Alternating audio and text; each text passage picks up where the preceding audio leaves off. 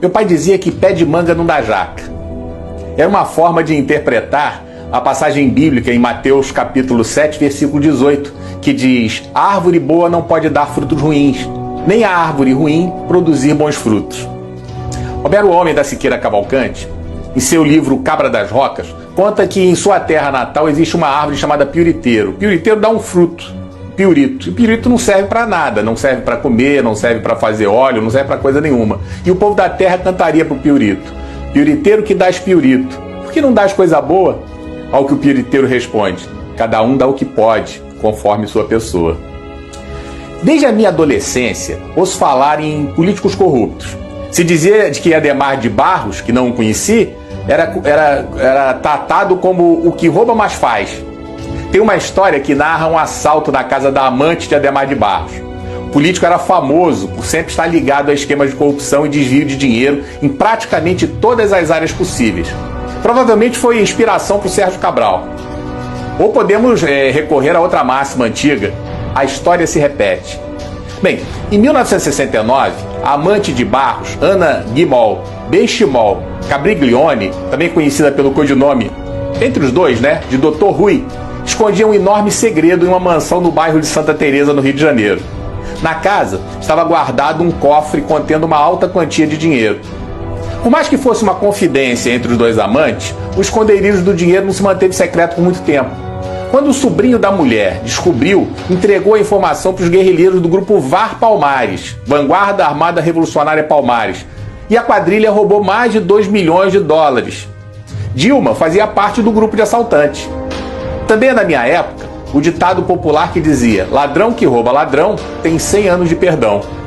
O ditado ignora que os ladrões e as ladras, perdoados, têm vocação para o roubo e continuarão seus malfeitos. Especificamente da minha época, se falava da corrupção de Paulo Maluf, a nova versão do Rouba Mais Faz. Do enriquecimento suspeito de Antônio Carlos Magalhães, havia até uma piada sobre o nome da OAS, construtora OAS. Diziam que a sigla significava Obras Arranjadas pelo Sogro. Afinal, César Mata Pires, fundador da OAS, era genro de Antônio Carlos Magalhães. A corrupção era folclórica. Porém, ficava na consciência popular que esses corruptos sempre sairiam impunes. Até que veio a delação de Roberto Jefferson e explodiu o mensalão. Depois veio a Lava Jato. O nome da operação deve-se ao uso de um posto de combustíveis para movimentar valores de origem ilícita, investigada na primeira fase da operação, na qual prendeu o doleiro Alberto Youssef. Através de Youssef, constatou-se a sua ligação com Paulo Roberto Costa, ex-diretor da Petrobras, preso. Depois, Nestor Severo, que foi preso em 2015 e delatou outros. Daí a operação atingiu as grandes empreiteiras Andrade Gutierrez e Odebrecht, cujos respectivos presidentes Otávio Azevedo e Marcelo Odebrecht também foram presos. Ao longo de seus desdobramentos, entre outras pessoas relevantes que acabaram sendo presas graças à operação, inclui-se o ex-governador do Rio de Janeiro, Sérgio Cabral, seu sucessor, Luiz Fernando Pezão, o ex-senador Delcídio do Amaral, o ex-presidente da Câmara dos Deputados, Eduardo Cunha, os ex-ministros da Fazenda, Antônio Palocci e Guido Mantega, o publicitário João Santana, José Dirceu, Eike Batista, Luiz Inácio Lula da Silva. Novas investigações surgiram no exterior em dezenas de países, como Cuba, El Salvador, Equador e Panamá. Parecia que teríamos uma limpeza no cenário, mas hoje nos decepcionamos com uma suprema surpresa ao ver a soltura de um por um dos criminosos comprovadamente ladrões, condenados, denunciados por comparsas da intimidade como Palocci, flagrados com dinheiro na cueca, com apartamentos reservados tão somente para guardar dinheiro. Falcatruas como a compra de refinaria em Passadina, que já entrou no folclore da impunidade.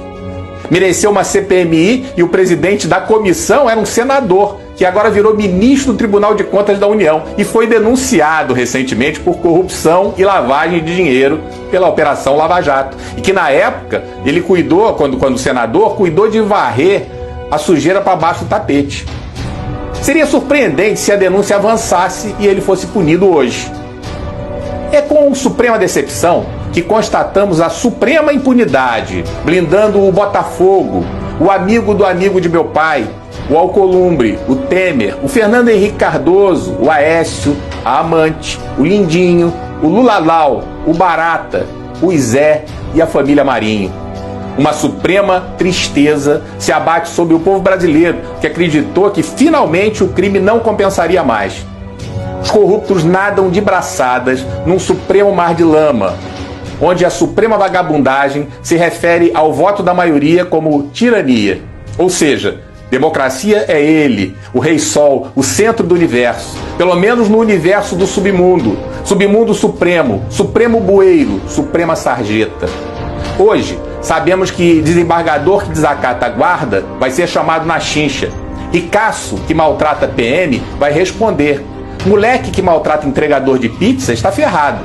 Até a Globo vai ter que responder por suas falcatruas, pelo menos nas redes sociais. Fora delas, é pouco provável. Estamos carecas de saber quem pode esculachar os outros, falar mal de todo mundo, tem seus crimes deletados e não dá em nada. Pelo contrário, continua negociando suas coisas e ainda dá carteirada doidado. Um supremo tirano, uma suprema picaretagem. Não preciso conhecer os pais de certos canalhas para imaginar que ou erraram feio na educação dessa gente, ou eram tão canalhas quanto. Tá aí os Maia, os Cabral, os Melo, os Magalhães, os Marinho, os Dória, os Lula, os Gomes, Santa Cruz. Como dizia meu pai, pé de manga não dá jaca.